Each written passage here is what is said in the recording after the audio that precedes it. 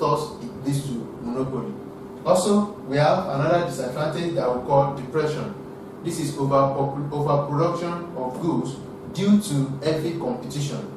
The rich exploit the poor because the poor are not able to take advantage of the production. Another level, overproduction leads to glut in the market and hence depression setting. This will lead to economic instability. That is, the masses, the poor that are into, the less privileged that are into one business or the other, with the same business that the rich ones are involved in, will not be able to strive and to gradually be killing their market, their business, and the market will be becoming that of the rich one little by little. Also, we have another one that we call exploitation of labor. Stringent labor laws are enacted for the exclusive profit motive of capitalists. You have different labor law that also want to limit the power of the capitalists in any society.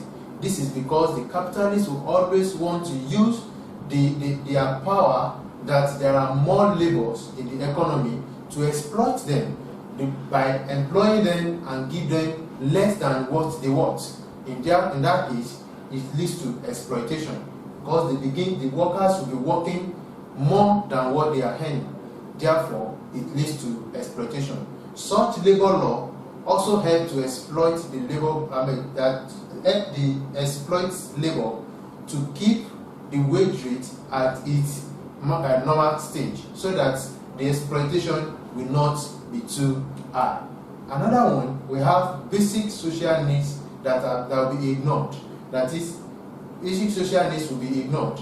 There are many basic social sectors like literacy, public health, poverty, drinking water, social welfare, and social security. These are some of the basic things that need to be focused in any economy. But as a result of the profit margin in the sector, the capitalists will continue to strive. The capitalists will continue to invest on what most of the people in the society will not be able to afford. Therefore, they will ignore the basic needs of life and continue to invest on bigger things that will not be at the rich end of the masses. Hence, most of these vital human issues will be ignored in any capitalist economy. These are the disadvantages of capitalism in any economy. Another type of system that we have is what we call planned economy, or we can call it socialist economy. This is the perfect opposite of the free market economy, where in a free market economy, the questions of what to produce, how to produce, and for whom to produce are answered by the market forces and market agents, which are producers and consumers. And government have little role to play in a market economy. But under this planned economy, the major questions of these economic problems of what to produce, how to produce, are answered and handled by the government. Therefore, government determines the production process under planned economy.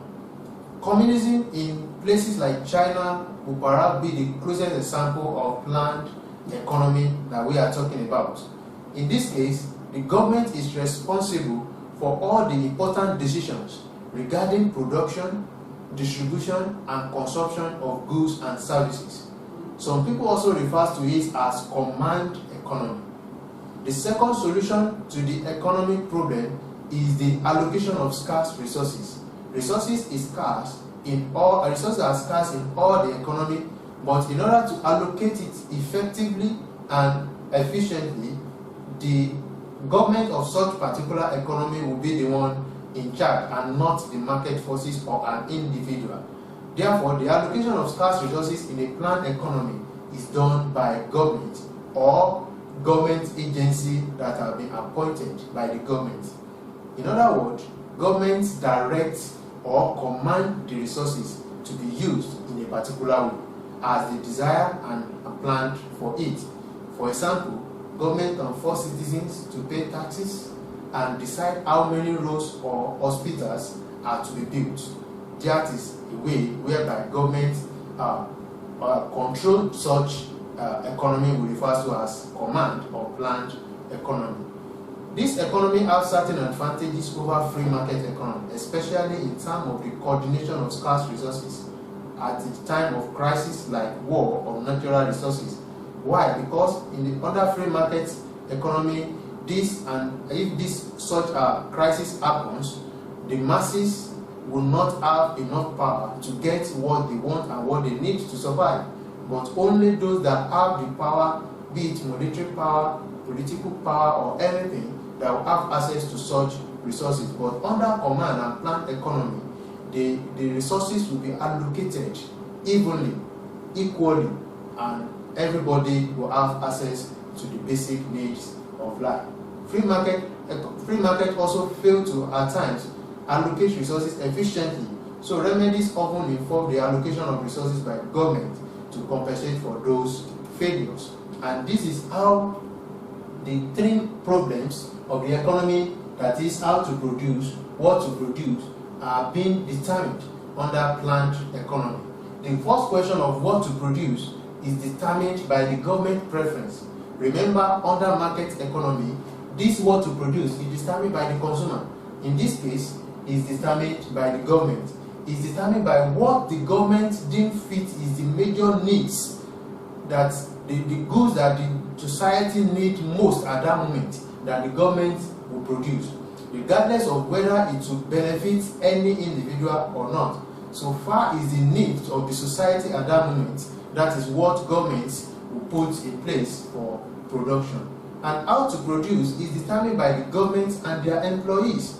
Those that government have employed for the production process as workers are the ones to answer how to produce.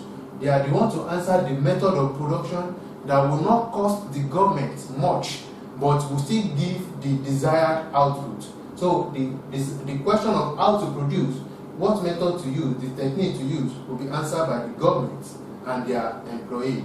And the last question of for whom to produce will be determined by government preference as well. That is, how is this product that has been produced will be allocated, will be spread about to reach the desired destination, the final consumer, will be determined by the government. Government will be the one to allocate it all around and give it out as it is desired. And what are the features, the characteristics of this planned economy that will also call socialism economy is: one, we have public ownership. There is collective ownership whereby all the firms, factories, financial institutions, distributing agencies, means of transportation and communication are owned, controlled, and regulated by government departments and state corporations. Government will have give different departments to each sector, so that they will be in charge of what to produce and how to handle the resources. Therefore, there is no way anybody or any individual or organization can lay hold on any properties or any resources as their own, but is being owned by all but controlled by the government. The second characteristic is central planning. Central economic planning means the making of major economic decisions. That is, what to produce, how much to produce, for whom to produce, when to produce, where is the production going to be allocated, and so on. All these major questions, in order to make the economic decision very effective, will be determined by the major authorities in charge, which is controlled by government. So the planning will be done centrally at the central level, which is by the government. Another characteristic is definite objectives. A socialist economy operates within definite social economic objectives. These objectives may concern aggregate demand, full employment, satisfaction of communal demand, allocation of factor of production, distribution of the national income, the amount of capital accumulation, economic development, economic growth, and so on. All these major concerns of the economy that have been mentioned, even including employment and inflation, or any other major concern of the economy, will be the major target of this government, of such government under planned economy. They will always want to make sure that those objectives, those targets are met and fully addressed. That's another characteristics of planned economy. Then we also have freedom of consumption.